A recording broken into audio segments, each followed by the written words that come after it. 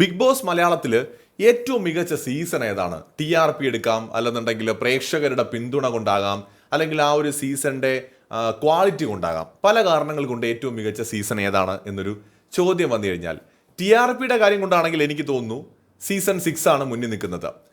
കണ്ടസ്റ്റൻസിന്റെ quality എടുത്തു കഴിഞ്ഞാൽ, quality എന്ന് ഞാൻ പറയുന്നത് കണ്ടസ്റ്റൻസിന്റെ ഗെയിമിനെയാണ് കേട്ടോ. ഗെയിം എന്ന് വെച്ചാൽ അവരെടുക്കുന്ന സ്ട്രാറ്റജീസ്, അല്ലെങ്കിൽ ഓഡിയൻസുമായിട്ട് അവർക്ക് കണക്ട് ആകാൻ പറ്റിയിട്ടുണ്ടോ, അല്ലെങ്കിൽ എങ്ങനെയാണ് അവർക്കുള്ളൊരു പോപ്പുലാരിറ്റി, ഇതൊക്കെ വെച്ച് നോക്കിക്കഴിഞ്ഞാൽ സീസൺ 6 അങ്ങനെ ഫെയിമുള്ള അല്ലെങ്കിൽ ഭയങ്കര പോപ്പുലർ ആയിട്ടുള്ള ഒരു കണ്ടസ്റ്റന്റ് ഇല്ല. തമ്മിൽ ഭേദം എന്ന് പറയാവുന്നത് ജിൻഡോയ്ക്ക് അത്യാവശ്യം പ്രേക്ഷക പിന്തുണയുണ്ട് എന്നുള്ളത് മാറ്റി നിർത്തിയാൽ മുൻ സീസണുകളെ അപേക്ഷിച്ച് ശരിക്കും പറഞ്ഞാൽ ഈ സീസണിൽ അങ്ങനെ ഒരു മാസ് പ്ലെയർ എന്ന് പറയാവുന്ന ഒരാൾ, അല്ലെങ്കിൽ നമുക്ക് എല്ലാം തികഞ്ഞ് നമുക്ക് കൊള്ളാം, ഇയാൾ കിടിലമാണ് എന്ന് കോൺഫിഡന്റ് ആയിട്ട് ഒരാൾക്ക് പറയാൻ പറ്റുന്ന ഒരു പ്ലെയർ ഇല്ല. ഇപ്പോൾ ജാസ്മിൻ, സിജോ, ഗബ്രി, അല്ലെങ്കിൽ ആരെടുത്താലും നമുക്കിപ്പോൾ ജിൻഡോ ആയിക്കോട്ടെ, രതീഷ് ആയിക്കോട്ടെ, ഒരു മുൻ സീസണുകളിൽ ഉള്ളതുപോലത്തെ അങ്ങനത്തെ ഒരു പ്ലെയർ നമുക്ക് ഈ സീസണിൽ കാണാൻ പറ്റില്ല. പക്ഷേ ഈ സീസൺ എന്ന് പറയുന്നത് റേറ്റിംഗിന്റെ കാര്യത്തിൽ മുൻ സീസണുകളെ പോലും കവച്ചു വെക്കുന്ന ഒരു സീസണാണ്. ഇത് പല കാരണങ്ങൾ കൊണ്ട് നമുക്ക് പറയാൻ പറ്റും. ഇപ്പോൾ നമ്മളെപ്പോലുള്ള ആൾക്കാർ റിവ്യൂ ചെയ്യുന്ന അല്ലെങ്കിൽ വീഡിയോസ് ഇടുന്ന സമയത്ത് അതിന് കിട്ടുന്ന പ്രേക്ഷകരുടെ പ്രതികരണങ്ങൾ, വ്യൂസ് ആയിക്കോട്ടെ, കമന്റ്സ് ആയിക്കോട്ടെ, ഇത് വെച്ചിട്ട് തന്നെ നമുക്ക് അറിയാൻ പറ്റും എത്രത്തോളം റീച്ച് ഉണ്ട് നമ്മളൊരു ടോപ്പിക് എടുത്ത് ചെയ്യുന്ന സമയത്ത്. ഏറ്റവും കൂടുതൽ റീച്ച് കിട്ടിയ 2 സീസണുകൾ സീസൺ 2ഉം സീസൺ 4ഉം ആയിരുന്നു. സീസൺ 3യും കുഴപ്പമില്ലായിരുന്നു. പക്ഷേ സീസൺ 5 നമ്മുടെ സോഷ്യൽ മീഡിയക്കകത്ത് നോക്കിക്കഴിഞ്ഞാൽ ഭയങ്കര ശോകമായിരുന്നു. ഇതെല്ലാവർക്കും അറിയാം. പക്ഷെ അതൊരു ക്ലാസ് ആയിട്ടുള്ള സീസൺ തന്നെയായിരുന്നു കേട്ടോ. സൂപ്പർ സീസണാണ്. കണ്ടസ്റ്റൻസ് ആണെങ്കിലും അത് ആ ഒരു സീസണിന്റെ ഒരു ക്വാളിറ്റി ഒക്കെ അടിപൊളിയായിരുന്നു. പക്ഷേ ഓഡിയൻസിന്റെ ഇടയിൽ വൻ പരാജയമായിരുന്നു. കാരണം ആൾക്കാരെ വലിയ രീതിയിലേക്ക് അത് ആകർഷിച്ചിട്ടില്ല എന്നുള്ളത് സത്യമാണ്. കഴിഞ്ഞ സീസണിലേക്ക് വീഡിയോസ് ഒക്കെ നമ്മൾ ഇടുന്ന സമയത്ത്, റിവ്യൂസ് ഇടുന്ന സമയത്ത് ആർക്കും താല്പര്യമില്ല കാണാൻ. ഒരു വളരെ കുറച്ച് ഓഡിയൻസ് മാത്രമാണ് അത് ആസ്വദിച്ച് കണ്ടത്. ഒരു വലിയ വിഭാഗം പേർക്ക് വലിയ ഇൻട്രസ്റ്റ് ഉണ്ടായിരുന്നില്ല കഴിഞ്ഞ സീസൺ. മാത്രമല്ല അതിന് സീസൺ 4ഉമായിട്ട് ബന്ധപ്പെട്ടുണ്ടായ വിവാദങ്ങളുമൊക്കെ ഒരു കാരണമായിരുന്നു. അങ്ങനെ TRP താഴെ പോയത് കൊണ്ടാണ് മുൻ സീസണുകളിലുള്ള കണ്ടസ്റ്റൻസിനെ ചലഞ്ചേഴ്സ് ആയിട്ടൊക്കെ കൊണ്ടുവന്നിട്ട് ബിഗ് ബോസ് ആ സീസണെ വേറൊരു തലത്തിലേക്ക് കൊണ്ടുവന്ന് നോക്കിയത്. ചലഞ്ചേഴ്സ് ആയിട്ട് കൊണ്ടുവന്നു, ഫാമിലിയെ കൊണ്ടുവന്നു. അപ്പോൾ TRP ഭയങ്കര ശോകമായിരുന്നു കഴിഞ്ഞ സീസൺ. പക്ഷെ എന്നാലും അതൊരു ക്ലാസ് ആയിട്ടുള്ള ഒരു സീസണാണ്. നമുക്ക് എപ്പോഴും കാണാൻ പറ്റുന്ന ഒരു സീസൺ തന്നെയാണ്, സംശയമൊന്നുമില്ല. ഒരുപാട് നല്ല മൊമെന്റ്സ് ഒക്കെ അതിനകത്തുണ്ട്. പക്ഷെ അതായിരുന്നില്ല മലയാളം ബിഗ് ബോസിൽ ഏറ്റവും മികച്ച സീസൺ.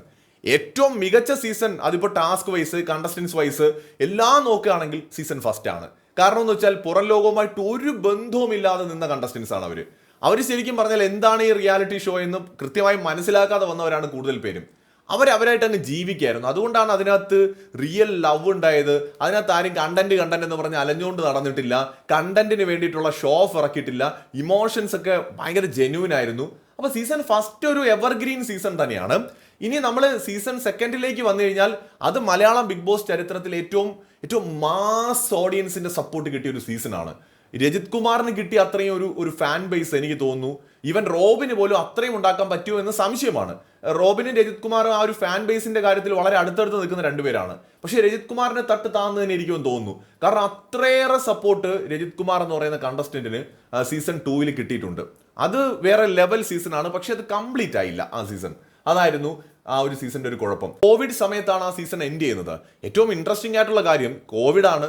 എയർപോർട്ടിൽ ആൾക്കൂട്ടം ഒന്നും പാടില്ല എന്ന നിയമം നിൽക്കുമ്പോൾ എനിക്ക് തോന്നുന്നു ഇത്രയേറെ ജനങ്ങൾ എയർപോർട്ടിലേക്ക് തടിച്ചു കൂടിയൊരു സംഭവം ഇതിനു മുമ്പ് ഉണ്ടായിട്ടുണ്ടോ എന്ന് സംശയമായിരുന്നു. അത്രയും ജനങ്ങളാണ് 2020 ഈ പറയുന്ന ബിഗ് ബോസ് മലയാളം സീസൺ 2 നടക്കുന്ന സമയത്ത് എയർപോർട്ടിലേക്ക് രജിത് കുമാറിനെ സ്വീകരിക്കാനായിട്ട് എത്തിയത്. പുള്ളിയുടെ ആ ഒരു മാസ് ലെവലിലേക്ക് ഉയർന്ന ഒരു കണ്ടസ്റ്റന്റ് മലയാളം ബിഗ് ബോസിൽ ഓഡിയൻസിന്റെ സപ്പോർട്ടിന്റെ കാര്യത്തിൽ എനിക്ക് തോന്നുന്നു പിന്നെയും പറയാം റോബിൻ എന്ന് തോന്നുന്നു. ബാക്കി വേറെ ആരും ആ ഒരു ലെവലിലേക്ക് ഉയർന്നിട്ടില്ല. ഇനി റോബിന്റെ കാര്യത്തിലേക്ക് വന്നാൽ റോബിൻ കുറെ കൂടെ ഒരു മാസ് പ്ലെയർ ആയിരുന്നു. രജിത് കുമാറിന് ഇല്ലാത്ത അല്ലെങ്കിൽ രജിത് കുമാറിന് ചെയ്യാൻ പറ്റാത്ത ഒന്ന് റോബിൻ ഉണ്ടായിരുന്നു സീസൺ 4ൽ. അതൊരു കോംബോയാണ്, ലവ് കോംബോ. രജിത് കുമാറിന്റെ ഗെയിമിൽ ബാക്കി എല്ലാം ഉണ്ടായിരുന്നു. ഈവൻ വിക്ടിം കാർഡ് ഉണ്ടായിരുന്നു, അല്ലെങ്കിൽ സ്ട്രാറ്റജീസ് ഉണ്ടായിരുന്നു, മൈൻഡ് ഗെയിം ഉണ്ടായിരുന്നു, ടാസ്കുകളുടെ പെർഫോമൻസ് ആണെങ്കിലും അടിപൊളിയായിരുന്നു, ഇന്റലിജന്റ് ആയിട്ട് ചിന്തിച്ച് കളിച്ചു, ഒക്കെ ഉണ്ട്. പക്ഷേ റോബിന്റെ കേസിൽ വരുമ്പോൾ ഒരു ലവ് കോംബോ കൂടി ഉണ്ടായിരുന്നു. അത് സാബുവിനോ അല്ലെങ്കിൽ രജിത് കുമാറിനോ ഒന്നും ഉണ്ടായിരുന്ന ഒരു സാധനമല്ല. അപ്പൊ ലവ് കോംബോയും കൂടെ വന്നപ്പോൾ സീസൺ 4 ആ തലത്തിൽ ഭയങ്കരമായിട്ട് ഹിറ്റായി എന്നുള്ളതാണ് റോബിന്റെ സീസണിന്റെ ഒരു പ്രത്യേകത. അതേ സീസണിൽ തന്നെ മാസ് ഓഡിയൻസ് സപ്പോർട്ട് പലപ്പോഴായി നേടിയിട്ടുണ്ട് ബ്ലെസ്ലി.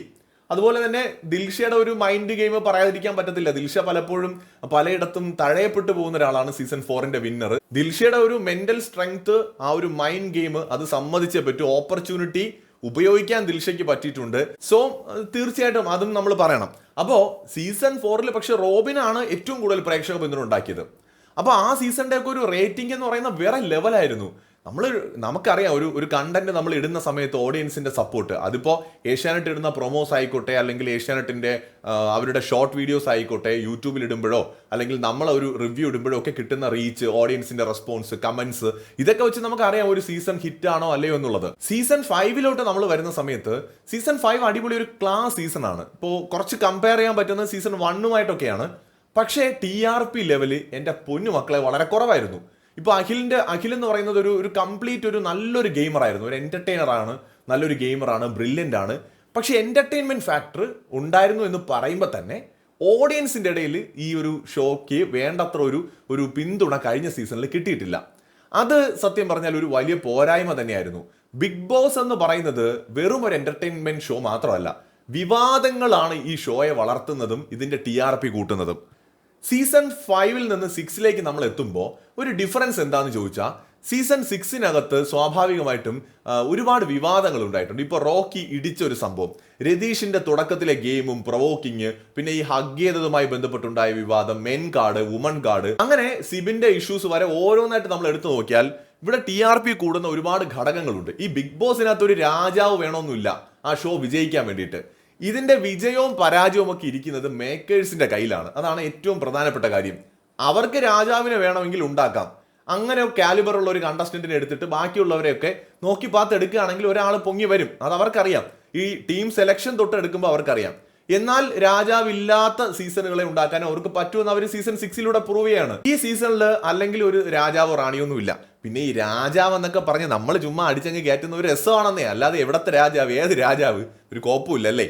അപ്പൊ അതൊക്കെ ഒരു രസമാണ്. ബിഗ് ബോസിന്റെ ഒരു സീസൺ അകത്ത്, ആ ഷോയ്ക്കകത്ത് ശരിയാണ്, സ്ട്രോങ് പ്ലെയർ ആണെങ്കിൽ അവൻ തന്നെയാണ് രാജാവ്, അവൻ തന്നെയാണ് ബോസ് അവിടത്തെ എന്നുള്ള രീതിയിൽ പറയുന്ന ഒരു ആലങ്കാരികമായ പ്രയോഗമാണ്, അല്ലാതെ രാജാവും പ്രജയൊന്നും ഇതിനകത്തില്ല.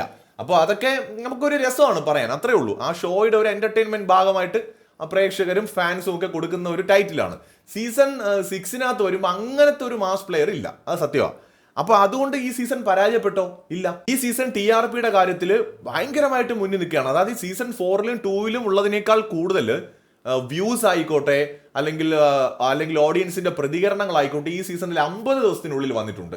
ഇപ്പോൾ 50 ദിവസത്തിന് ശേഷം ഷോ അല്പം ഡൗൺ ആണ് എന്നാണ് എനിക്ക് പേഴ്സണലി തോന്നിയിട്ടുള്ളത്. അപ്പൊ ഈ ഒരു റീച്ചിലേക്ക് വരുന്നതിൽ റോക്കിക്ക് പങ്കുണ്ട്, രതീഷിന് പങ്കുണ്ട്, സിബിന് പങ്കുണ്ട്, ജാസ്മിൻ ഗബ്രിക്ക് പങ്കുണ്ട്. അവർ നെഗറ്റീവ് ഗെയിം ആയിരിക്കാം, പക്ഷെ അവർക്ക് പങ്കുണ്ട്. അങ്ങനെ ഒരുപാട് കണ്ടസ്റ്റൻസിന്റെ ഇൻവോൾവ്മെന്റ് അതിനകത്തുണ്ട്. വൺ മാൻ ഷോ അല്ല സീസൺ 6. അതുകൊണ്ട് നെഗറ്റീവ് കണ്ടന്റുകൾ കൂടി വരുമ്പോഴാണ് പോസിറ്റീവ് കണ്ടന്റുകൾക്ക് കൂടുതൽ ഇമ്പോർട്ടൻസ് വരുന്നത്. നെഗറ്റീവ് കണ്ടന്റുകളാകുമ്പോൾ കൂടുതൽ ആൾക്കാർക്ക് പ്രതികരണ ശേഷി കൂടുതൽ വരും. കാണില്ല എന്ന് പറഞ്ഞാലും കണ്ടിട്ട് 4 തെറി വിളിച്ചിട്ട് പോകും. അപ്പൊ അതുകൊണ്ട് തന്നെ അതിന് ആൾക്കാരുടെ ഒരു പ്രതികരണങ്ങളും ഇടപെടലുകളും കൂടുതലായിരിക്കും. അങ്ങനെ നോക്കുമ്പോൾ ഈ സീസൺ TRP ഉണ്ട്. അപ്പോൾ എന്നെ സംബന്ധിച്ച് എൻ്റെ അടുത്ത് ഇപ്പോൾ ചോദിക്കാൻ ഏറ്റവും മികച്ച സീസൺ ഏതെന്ന് ചോദിച്ചാൽ സീസൺ 1 ഒരു ക്ലാസ് ആയിട്ടുള്ള സീസൺ ആയിരുന്നു. സീസൺ 2ഉം 4ഉം ഒരു മാസ് എന്ന് പറയാവുന്ന സീസൺ ആയിരുന്നു. ഹെവി മാസ് സീസൺസ് ആയിരുന്നു 2ഉം 4ഉം. സീസൺ 3 എന്ന് പറയുന്നത് ഒരു കംപ്ലീറ്റ് ഒരു പാക്കേജ് ആയിരുന്നു.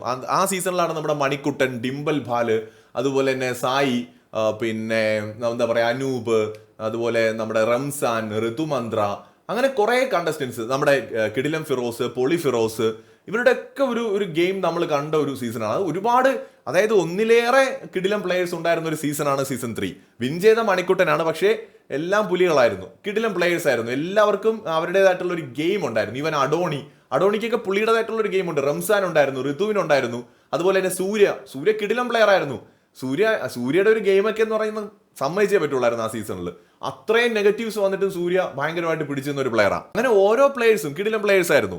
അപ്പോൾ സീസൺ 6 വരുമ്പോൾ ആ ലെവലിലുള്ള പ്ലേയേഴ്സ് ഒക്കെ ഈ സീസണിൽ സത്യത്തിൽ കുറവാണ്. അത് നമുക്ക് അക്സെപ്റ്റ് ചെയ്യാം. പക്ഷേ സീസണിൽ TRP ഉണ്ട്. ഇതൊരു ബിസിനസ് അല്ലേ, ആ ബിസിനസ് വിജയിക്കുന്നു എന്ന് പറയുന്നത് ഒരു TRP ആണ്. അത് ഭയങ്കര കണ്ടന്റ് കഴിഞ്ഞ സീസണിൽ ക്ലാസ് സീസൺ ആയിരുന്നു എന്ന് ഞാനും പറഞ്ഞിട്ട് എന്ത് കാര്യം? കാണാൻ ആളുകൾക്ക് താല്പര്യം വേണ്ടേ, വ്യൂവർഷിപ്പ് വേണ്ടേ? വീഡിയോ ഇട്ടാൽ പോലും, റിവ്യൂ ഇട്ടാൽ പോലും കാണാൻ മനുഷ്യന്മാർ കുറവായിരുന്നു കഴിഞ്ഞ സീസണിൽ, വളരെ കുറവായിരുന്നു.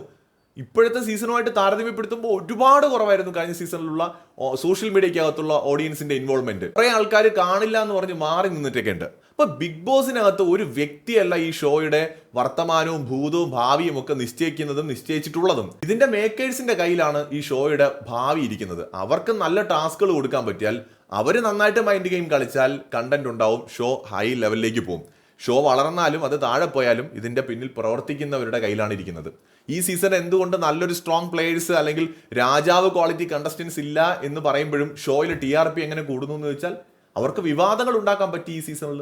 അത് തന്നെയാണ് കാരണം. അത് നെഗറ്റീവോ പോസിറ്റീവോ എന്നുള്ളതല്ല, ഷോ ഹിറ്റാണോ അത് മാത്രം നോക്കിയാൽ മതി. അപ്പോൾ ഇതാണ് എൻ്റെ ഒരു ഒപ്പീനിയൻ. നിങ്ങൾക്ക് ഇഷ്ടപ്പെട്ട ഫേവറേറ്റ് സീസൺ ഏതാണെന്നുള്ളത് നിങ്ങൾ കമന്റ് ചെയ്യൂ. കൂടുതൽ അപ്ഡേറ്റുകളുമായി വീണ്ടും കാണാം.